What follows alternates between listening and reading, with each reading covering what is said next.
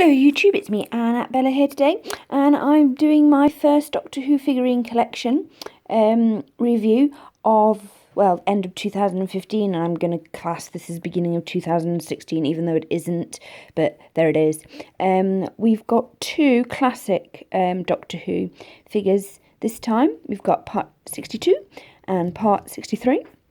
The first part 62 is a First Doctor story, hence why I've got my William Hartnell figure out here for you again.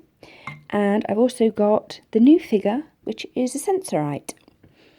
Let's have a look at the packaging. Nothing has changed, still the same. So it's part 62, Sensorite. The Sensorites, it's the First Doctor story. Got Doctor Who and the BBC logo, same interior and same guff on the bottom. So that's the packaging.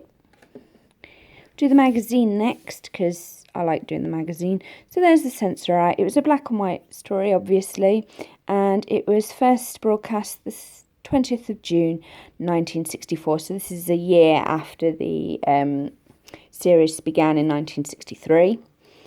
It is actually one of the final episodes of the first season. I think it might be the final episode of the first season. So inside we get Sensorite. A Moment in Time Making Sense, 5 Decades of Doctor Who 1966 Part 1, The Questions Asked, and The People Who. So it's pretty cool overall, I think. So there they are. They're telepathic beings. They have large brains because they're telepathic. They kind of remind me, in New Who, the closest alien to them would be the Ood. They can't see in the dark, and they don't like loud noises. They have a caste system. There it is explained. So if they've got 3 stripes on, they're a warrior, and the figure has 3 stripes, so they're a warrior. They do appear to be quite afraid of things. They have scientist, city administrator, second elder, first elder, and then like a regular civilian. They do appear to be quite sensitive to sounds, and they can hear thoughts and stuff. So they're kind of like quiet race, even though they have got a warrior caste. I don't know how that kind of works for them, but hey ho. So that's the end of the magazine. There's a nice bit about Arthur, who played Rory, in there. So let's get them out. There we go. So there's the First Doctor and there's the Sensorite. I'm just going to take a seat while we spin them around. So it's a very, very basic costume because you're looking at a 1960 Doctor Who alien. It's got oval feet, but this meant that the performers trod on each other's feet, apparently. They've got this strange kind of device on the side. I don't know what that is. Is it a scanner? Who knows? This is called like a microphone. It helps them sort of amplify and read other people's thoughts, and I guess it means that they don't get overwhelmed with it. Got little beards and little whiskers at the side. So there they are, and it's quite a light figure in comparison to the William Hartnell figure. Look at him with his Rupert Bear trousers. So yeah, there they are.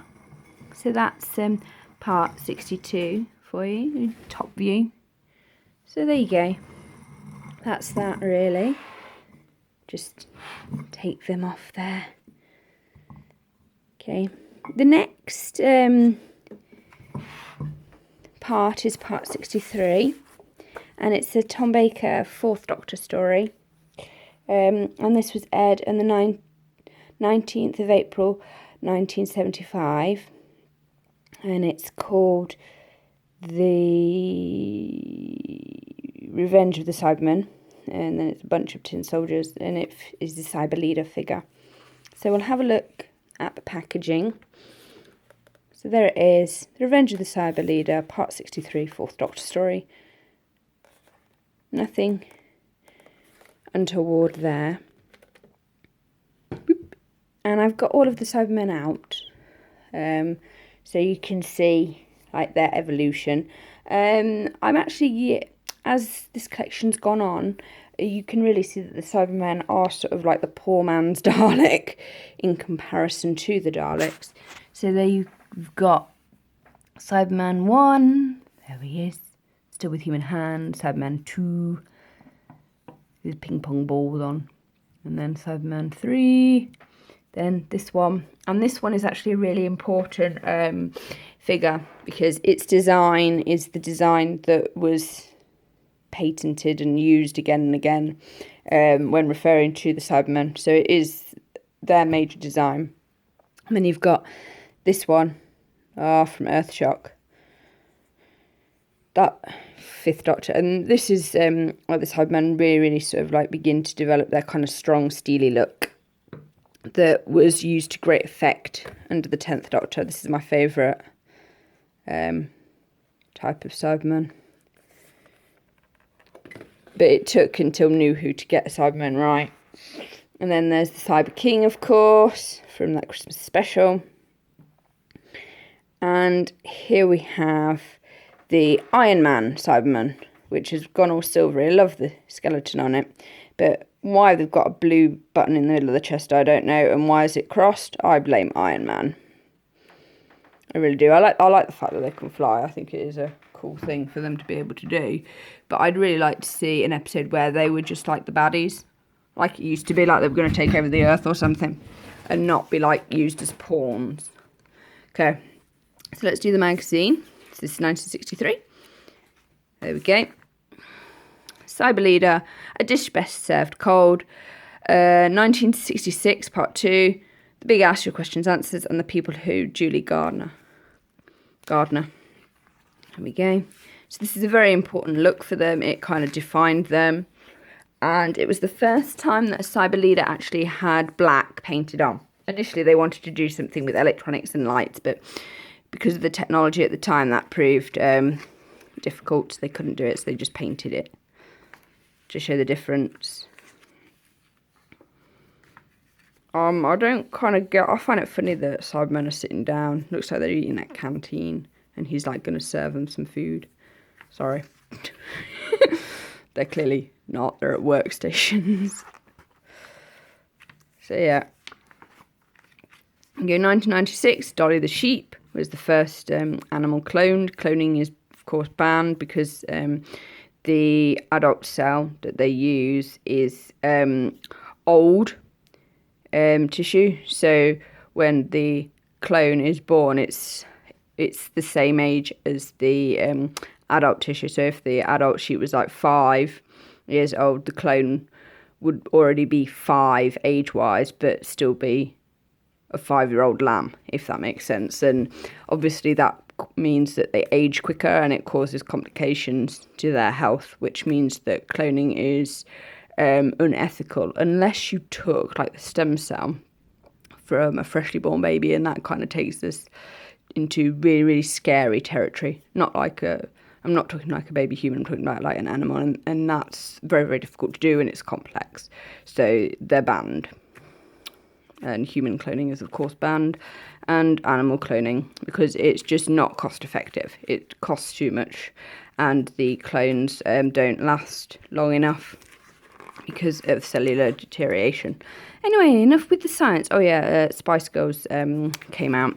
Their first single, Wannabe, came out on July the 8th, 1966. Oh, and July the 7th, the Doctor Who TV movie featuring Paul McGann as the 8th Doctor goes round.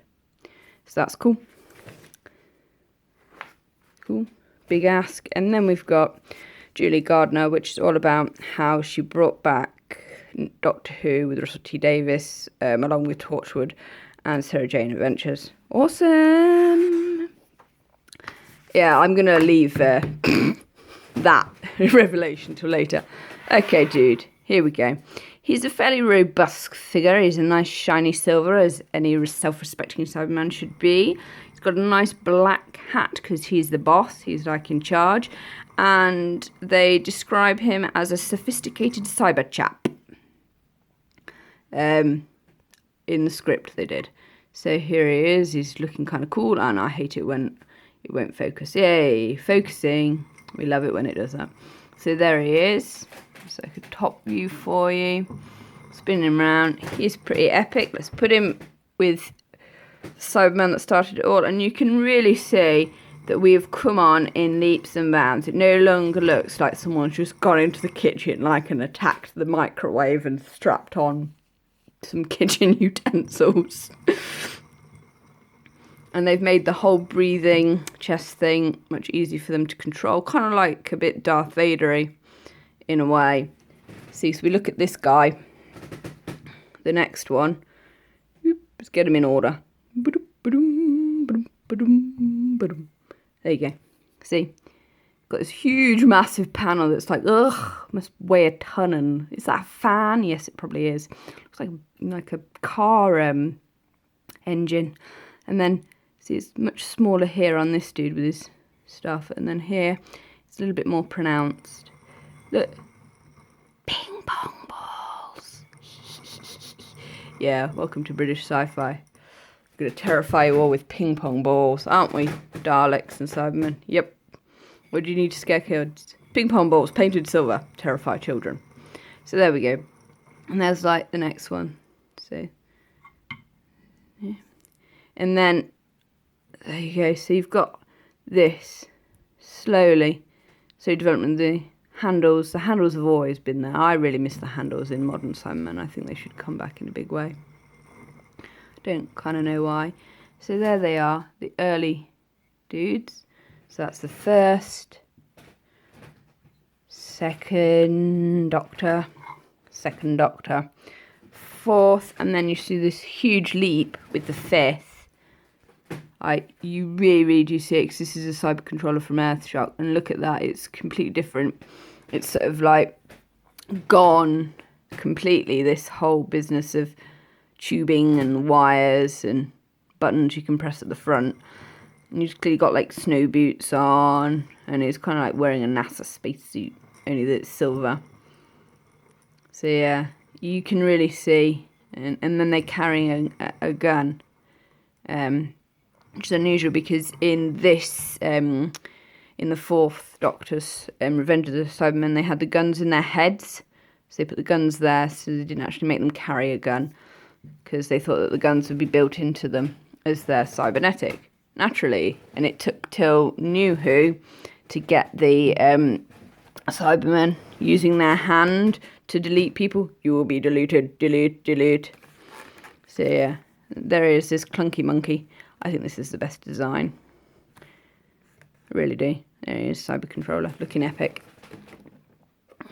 And then if you get out this guy, see, they've still got their handles, but they've been smoothed. And you compare him to this dude. They're both silver. This one's clearly more metallic. You've got that metallic feel. Both got weird holes at the front.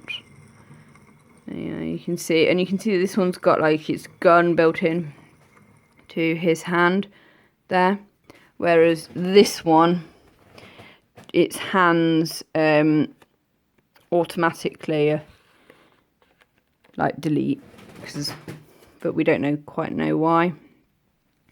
So there it is, looking good and looking epic. Hope you've enjoyed this review. Please like, comment and subscribe. And just for giggles, they've decided to release yet another Dalek. But no, it's the new Paradigm Supreme Dalek. But hey ho, at least it's not the orange or the yellow one. I've gone with the Supreme Dalek for this one. Why, I don't know. Personally, these Dalek design was terrible, completely terrible and awful. I will be getting it purely just so that I can laugh at it when I compare it to all my other Daleks, and it'll be an excuse for like getting them all out, like my poor Cyberman dudes. But why on earth should I have like over 20 million Daleks and like however many Cybermen we've got here? We've got 1, 2, 3, 4, 5, 6, 7, 8. I've got 8 Cybermen.